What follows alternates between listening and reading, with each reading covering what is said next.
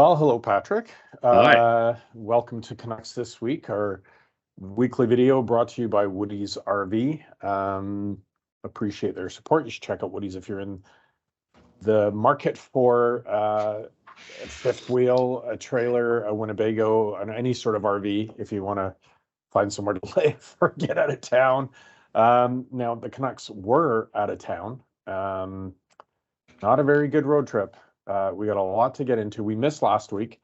I do want to lodge. I'll be asking you later how many wins the Canucks have in the week. We didn't do it last week. The week before, you've been consistent. You've nailed it. In the 2 weeks I've been asking you this. There've been 4 games to say how many they're going to win. You say 2. They've won 2 on this road trip. If you break it up into weekly chunks, they won 1 and lost 3. I know Kuz was on the road trip. I know that you did pick up the game in Boston. What were your impressions overall of what happened on this trip? Well, I was hoping, first of all, with the Woody's RV, I mean, there was all kinds of possibilities for segues. Would you take an RV home from Buffalo? Could you take an RV to Harrisburg, Pennsylvania from Boston?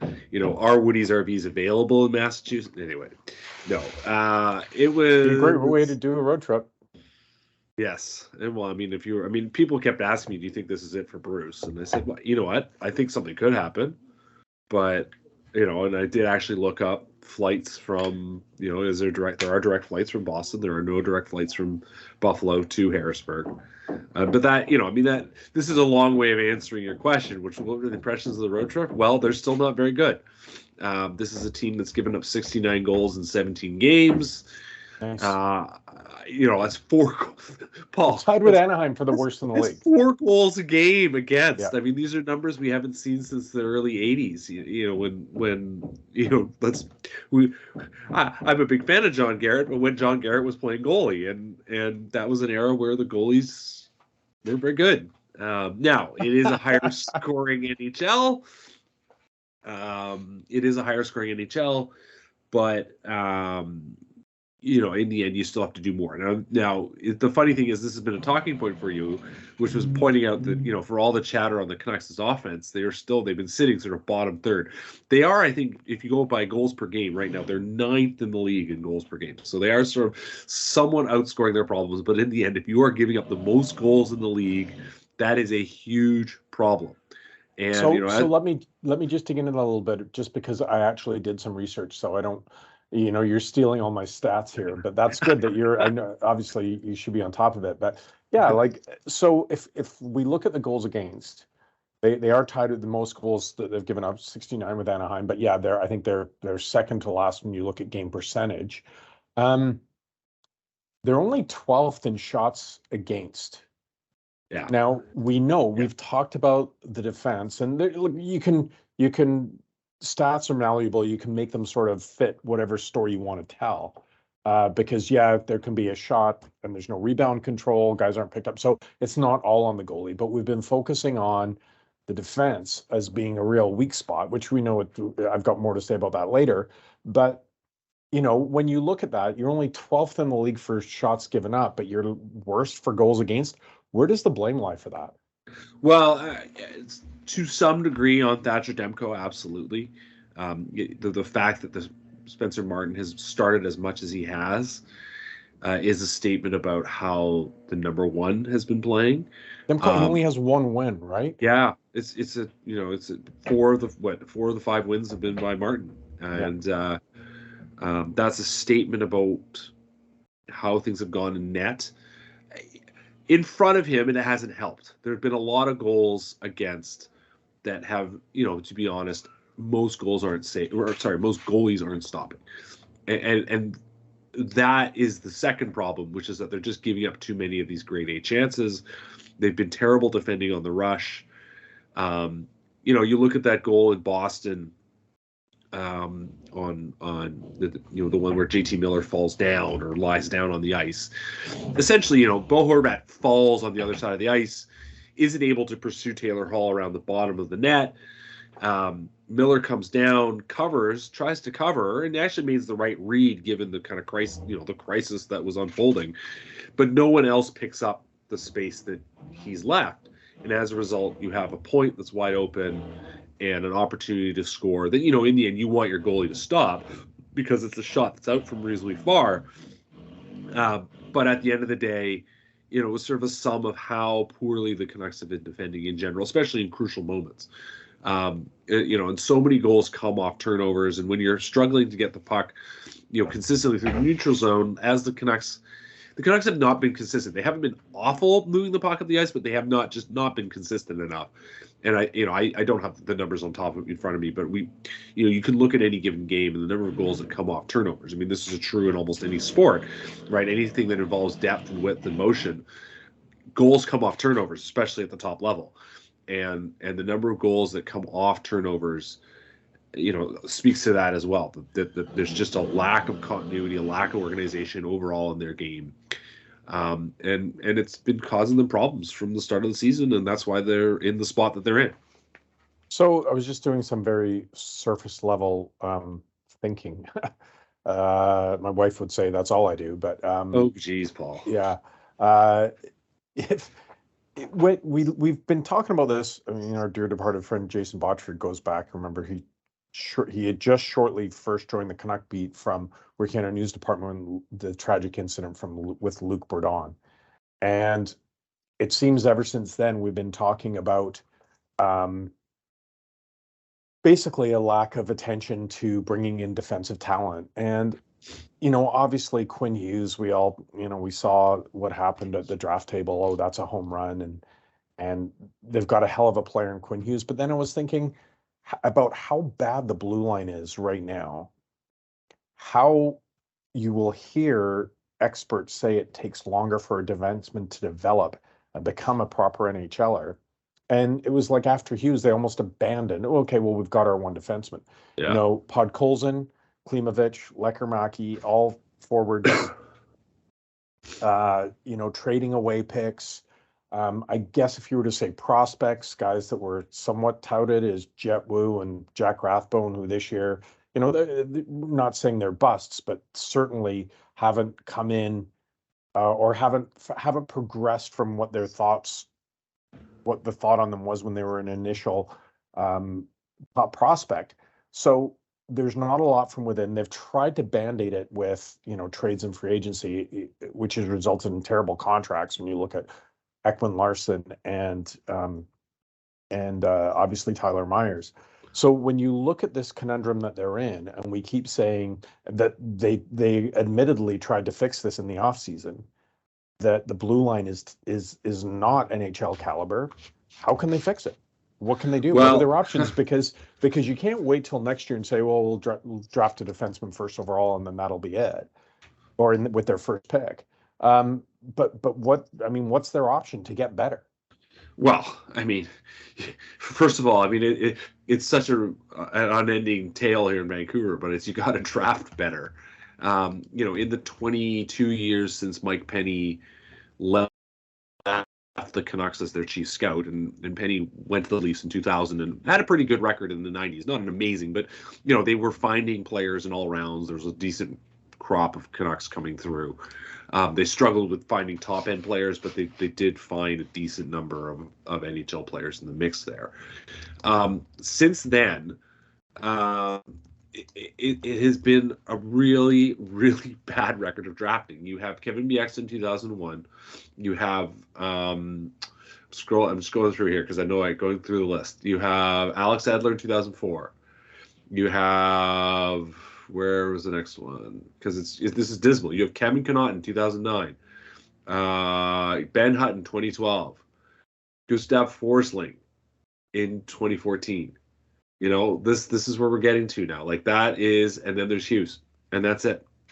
And it was Gio Levy, obviously. But I'm just saying in terms of guys that are actually stuck in the NHL and played, the standard you give is about 200 games to be sort of a quote unquote NHL regular, which is, give or take 3 seasons of play. And that is a pick that was worth making. Now, obviously, Kevin Connaughton has been sort of a career bubble player, but he's played 360 career NHL games. Gustav Forsling took a while to develop, but now he's a regular. He's played 250 games. Ben Hutton obviously has become more of a depth guy, but still has, 438 games to his name. Like those are guys. Chris Tanev is, in many ways one way that, that was trying to sort of say, let's find guys in new places, odd places. But, replicating Chris Tanev is really hard. And, the Canucks have had, Troy Stecher, I suppose, was another example in that regard where they found a guy. But, for every one of those guys, there's multiple Brogan Rafferty's, Josh Tevez is all that. But in the end, you've got to find those free agents. That's certainly something every team's trying to do. But in the end, it's that simple. That's the simple solution. You got to draft and scout better. But that's not going to help them for the next 3 years. That's not going to help them. No, that's right. That's not going to help them right now.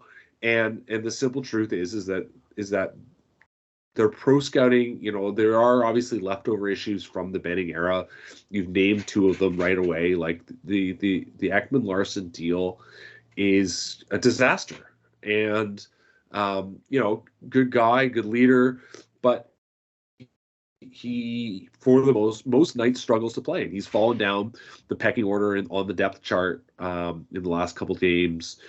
And that's a lot of money to be tied up in a depth player. This is something we've highlighted so many times, and that is a lesson. If you look at the Bruins, I noted this in my game story on Sunday, but you look at how the Bruins have managed their way over the last decade. You look at how the Canucks have managed their way over the last decade. Now the Canucks window was closing. After that 2011 final, there were a couple years, and then they should have been able to move on. The Bruins were coming into their window. They had a couple more finals appearances. The Bruins have won the most games in the NHL since 2011. They've made a lot of mistakes along the way. They gave up on Tyler Seguin. They gave up on Dougie Hamilton, right? They screwed up the 2015 first round. They have not been a very sort of on point, focused, perfect squad, but they still won tons of games. They won more than anybody else. And the story there was in the end because, first of all, they did have a crop of top players that they were able to build around, move along from, but they also recognized situations to move on from. They didn't hold on to Chara for too long. They didn't hold on to Lucic for too long. They found ways to sort of refresh their roster, and a lot of that was because they weren't stuck with cap issues.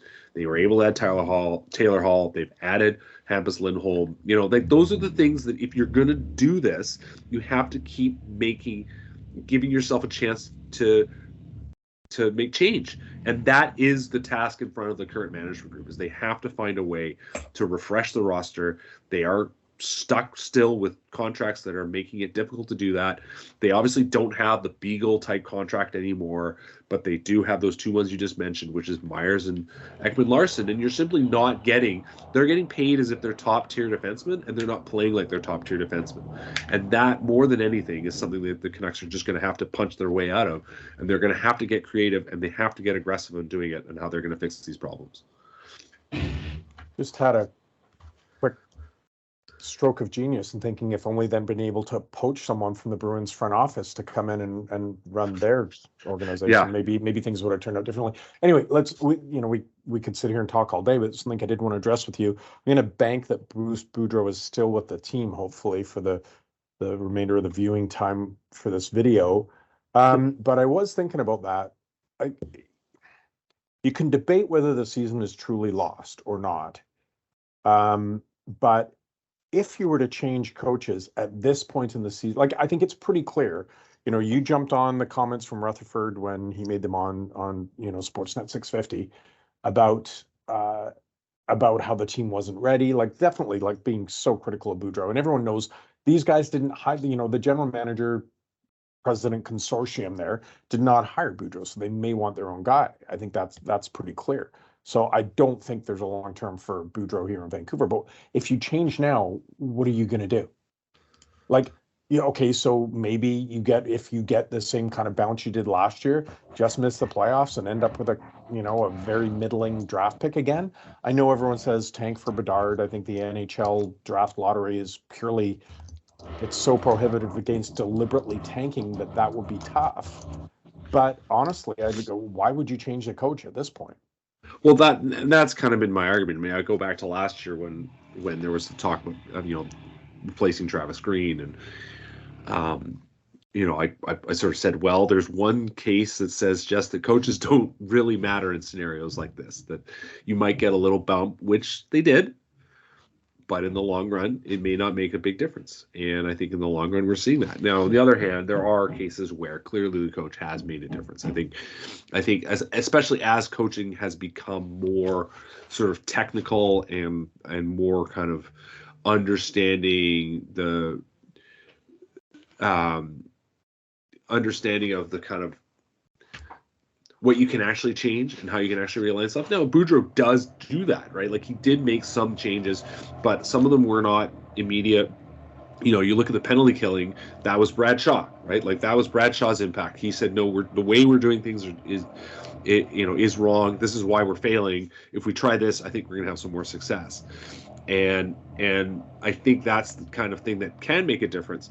So, you know, I look at changing the head coach, and you're like, okay. I mean, I joked the other day, all of a sudden we're going to start feeling like it's sort of, you know, bored and chaos kind of situation that you get in soccer, you know, where there's 3 coaches hired inside a year and nothing happens and nothing changes and nobody seems to know what they're doing other than spending way too much money. You know, you're a bit at risk of that, because I get that management will want to say, okay, we've given this guy a chance. It's not worked out. Let's move on to the next thing. Sure. But I think the other question is the guy available that you're interested in? Are the options what you're really looking into? You know, people float, you know, all kinds of names, you know, supposedly they talk to Andrew Burnett, so on and so on and so on. The fact remains that, you know, the options available right now are not as many as there would be next summer. Certainly not as many as there would have been last summer. And more than anything, it comes down to the roster, and that's the roster's shown it's not good enough. They came close to a playoff, you know, making the playoffs last year, but they didn't make the playoffs. Like, that's the thing that matters in the end. And right now they can't play defense. And there's a lot of talk about what the market will bear. Yeah. Like whether they can't handle a rebuild, whatever. I don't think the market's interested in just making the playoffs. I think it's been so many years where the playoffs haven't even been a factor. Like, you need to actually compete and win a couple of rounds and make some noise and show that you're going to be able to really contend with guys like Patterson and Hughes, because before you know it, another 3 years go by and you're not talking about this ultra young top end talent anymore. So anyway, Elias Pettersson's 24 years old. You know, like, I know, that's what I mean. This is who he is now, right? Like, Bo Horvat, his window's basically done. I mean, he's having a great, fantastic season. You know, wherever he ends up, I assume he's going to end up somewhere else. Wherever he ends up, you know, he's going to be a great addition for that team. How long he'll sustain that is the other question. But, like, yeah, Pettersson's in his window. Like, they've got to do, you know, if they're going to do it the Pettersson window, it's got to, you know, things have to happen. You can't just sort of sit and hope and pray that, you know, okay, maybe we can wring a little bit more out of OEL or Tyler Myers is suddenly going to find his offensive touch again, or whatever. You know, it is that forever thing that I've said more than once. Hope is not a plan. You know, you can't hope that things are going to turn out. You can look at what you actually know and what's in front of you, and how things play out. And what's more likely? Is this guy going to carry on as a big scorer, or is this guy going to fizzle out and, you know, defensively he's going to be an issue for longer than you wanted it to be? Yeah, well, that dovetails nicely into in one of the features we're going to do here every week, where I throw some names at you. We'll just do 3 players this week. So the first one I want you to talk about is along those lines of once you get a big enough sample size, you kind of know what they are. There's no doubt Brock Boeser's been dealing with a lot over the last few years, between personal situations with his family, with injury. But, you know, where's the guy that, you know, rookie of the year, this promise that could be an elite scoring winger? Like, honestly, what's going on with Brock Boeser? Well, yeah. I mean, he's done a lot of things well, but the thing he's paid to do, he has not done. He has not scored a goal. He has hit some crossbars. He probably deserves a couple goals based on just that kind of thing. But yeah, at the end of the day, that's what makes him sort of. You look at him. Deserved goals and crossbars don't get the points. And don't get to the playoffs. Exactly. And you know, you go and say, listen, I mean, you can see why they picked up Kuzmenko. You know, they're like, let's see if we can find something else. So I do wonder what happens with him. And Like he has had some mitigating factors, obviously. So, I mean, do you see a path back to what we saw in his first year in Vancouver, or is this essentially what he is? I mean, I'll say this: like we focus on the negative with the Canucks, which is very easy to do, but we talked about they're only 19th in the NHL in shots for, but they're 8th in goals for. So that shows they've got goal scoring skill. Now he's not part of that, but maybe if he was, do you see Brock Boeser becoming maybe not elite, but a very good goal scorer again? Even with his goalless drought to start this season, he has 121 goals in 335 career games. That's like what, a goal roughly every 2.5 games. That's a 30 goal scorer. That's what he said. That's what he wants to think he is. But he's played 11 games, and the Canucks have whatever. They've got 67 games left to play, right? He's going to have to score basically every other game. Now, could that happen? Sure. He's been on heaters before, and there's plenty of reason that he can do that. But he's got to find. I'm just trying to bring up his shooting stats because I don't have it in front of me. But he's a guy that. If there's one thing that you're sitting back and going, is he shooting enough? I'm not sure he's still shooting enough. And, he's bounced around in roles a little bit this season. He still has 9 assists, which is a statement to the fact that he's around the puck. Like, he's been involved in stuff. But, for a guy that's got, in his 335 career games, he has 944 shots, which is roughly 3 shots a game. And right now he's at about 2 shots. He's 26 shots in 11 games. Like, his shooting volume isn't, that's not a huge difference, but that's still, you would expect him to be closer to 35 shots, at this point in the season. Yeah. And he's just, so the opportunities aren't quite as much as they're there as you'd expect there to be. I I haven't talked to him. I mean, obviously he was on the road trip, so I haven't seen him. But when we last talked, when we were in Minnesota, he was feeling pretty good. Obviously missing your timing, having to deal with that wrist injury, reopening, having to recover from that, that would have been very frustrating. It was just at that point before he got knocked out of the lineup, he sort of said to me, he said, I'm finally feeling, I'm feeling back to where I need to be, but I need to shoot. He's like, I do need to shoot more. And so that's, it hasn't been the easiest start to the season for him, but at the end of the day, he's getting paid to score. He's got to score. Can he be that scorer? I still think he can. I still think it's all there. Like I said, he's been picking up points. He's got points in, he's been picking up assists. He has points in 5 straight games. He's on the puck. He had in Toronto, in Montreal, he had 5 shots on goal. Like, that's a good sign in each of those games. Like, that's a good sign. But in the end, this isn't horseshoes, and you got to put the puck in the net. All right. In interest of time, maybe we'll cut it to 2 players. So the other player, one of your impressions of, were Ethan Bear. Obviously, a guy that brought in a position of need. What's your review of him so far? Well, I think he's starting to find his feet. Had a nice chat with him before the road trip. Just sort of talked about, he had a really, really tough go with COVID last year. It did affect him, physically. He came back, wasn't the same player, lost his job basically because of it. And then the Hurricanes decided to go in a different direction. Oddly enough, one of the factors in their decision on him was Jalen Chatfield, who, Canucks fans were kind of like, huh?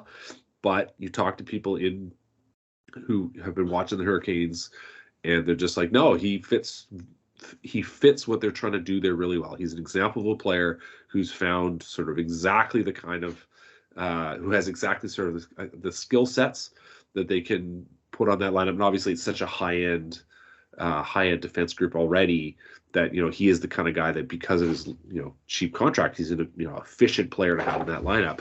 Bear just didn't fit. They liked him as a player, but he just didn't fit for what they were trying to do with their group anymore. And, he hadn't played before he came here, and he looked like he hadn't played before he came here. He had some rust in his game. But we saw that goal in Buffalo.